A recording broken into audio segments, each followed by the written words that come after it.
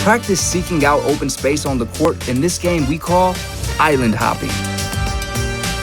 Use a half-court size space and use 4 cones to make a rectangular playing area. These are the islands. Here's how it looks.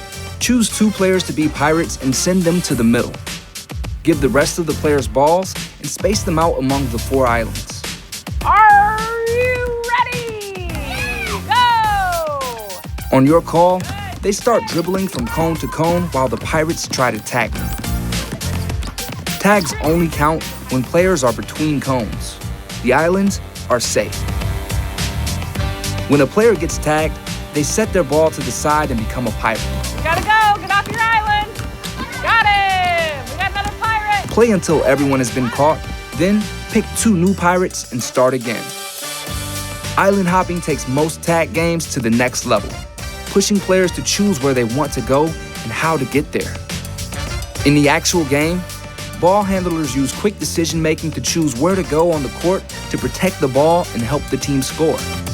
We got 2 left!